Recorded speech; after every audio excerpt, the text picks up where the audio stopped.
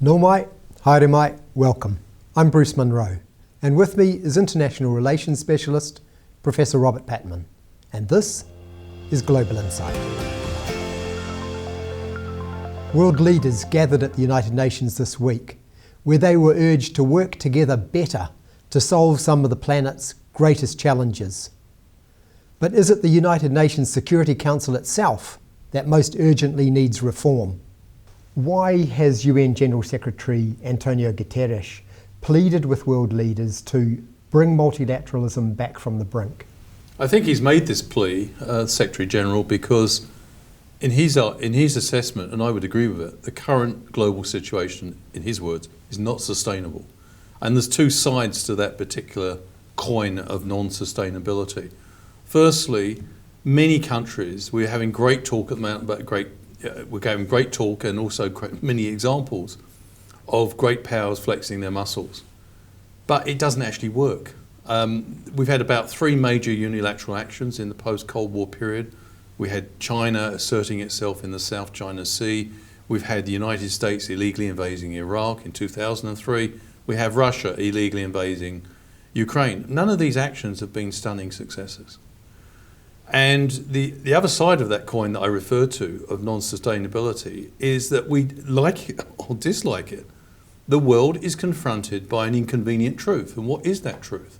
The truth is that we are facing a mounting number of problems, or a growing number of problems, which do not respect borders and can only be solved by self-interested international cooperation, which involves multilateralism.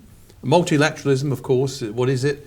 It's cooperation which involves 3 or more actors, players on the international stage, which come together to solve a problem which mutually affects them. So, in many respects, and it's a paradox, given all this talk about the US-China rivalry, we actually live in a world, objectively, in the 21st century, where there's never been a greater need for multilateralism.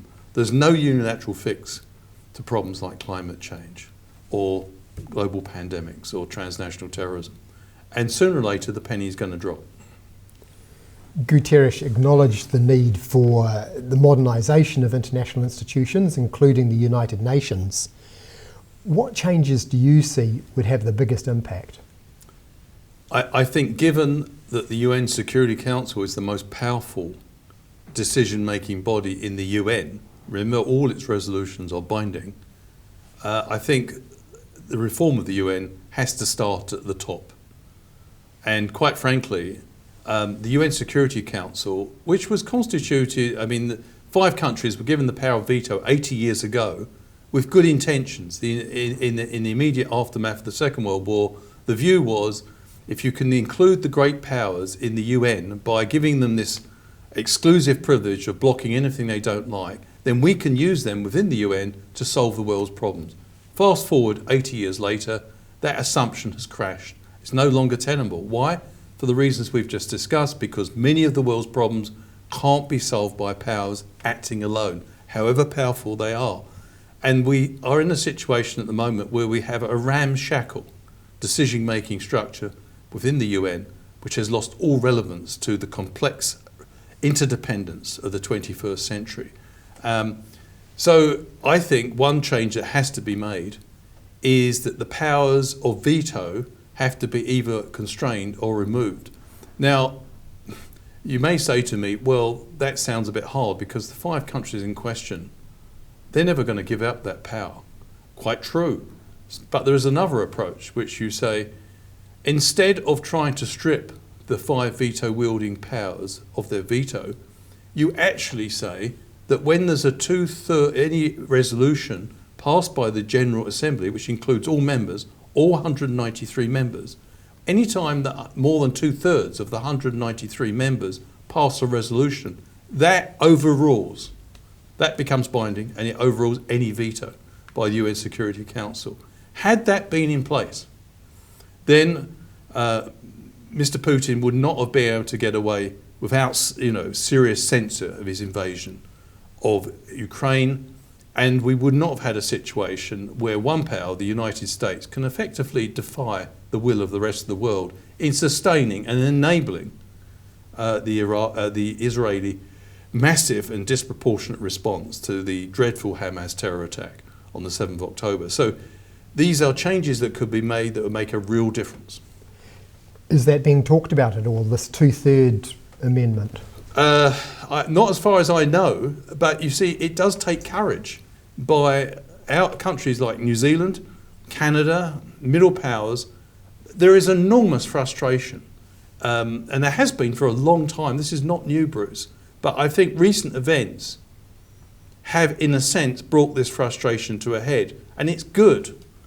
As in the week that Israel is contemplating a ground offensive in neighbouring Lebanon, that many leaders and heads of state are in New York because, as the Secretary General has pointed out, of the UN, and he's more in favour of reform than most, the UN's never been more needed and more relevant, and yet it's never been weaker. And so there has to be reforms to bring it into the 21st century. At the moment, do you think that New Zealand can expect anything to change out of this UN gathering that's just been held? I don't think we can expect the permanent five to be leading the charge for reform. After all, they're amongst the three biggest lawbreakers in the world. So the UN works great for them.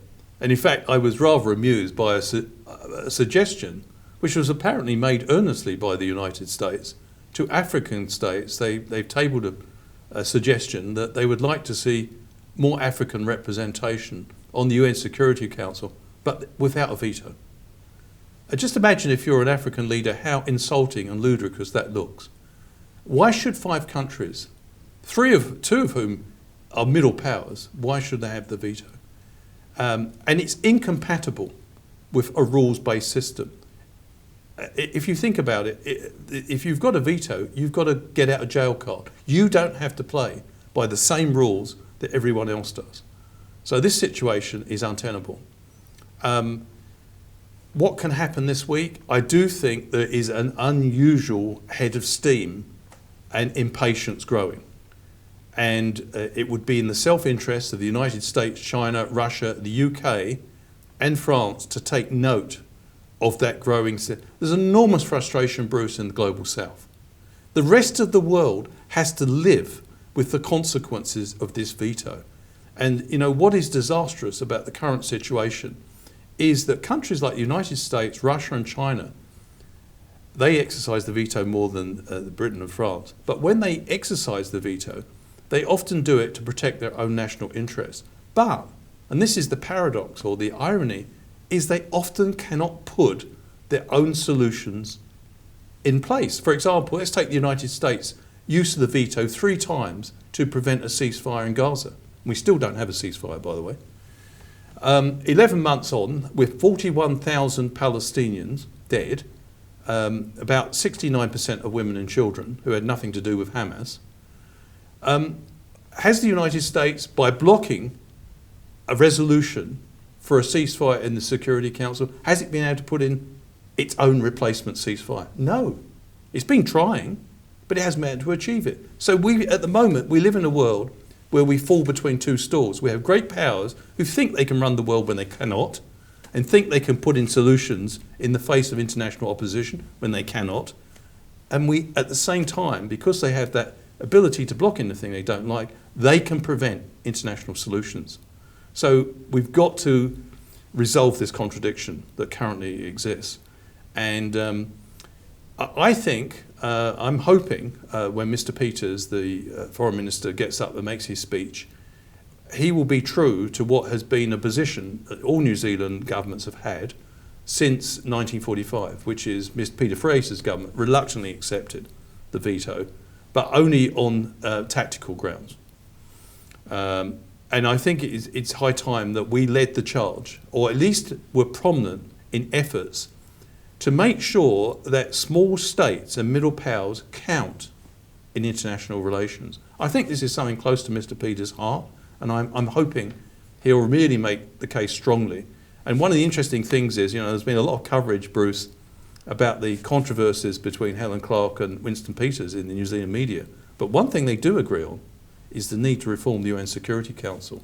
So let's hopefully that New Zealand, amongst many other countries, because there is the vast majority want reform, can finally try to reform what has become, at the moment, the UN Security Council is an agent of destabilisation in the world, and we need to reform it so that it can become a reliable barrier to war within the world. And after all, the UN Security Council has the formal responsibility for maintaining peace and security, and it would be good if it could live up to that responsibility. Thank you, Robert. And thank you for watching. Catch us next time on Global Insight. Noho ora mai.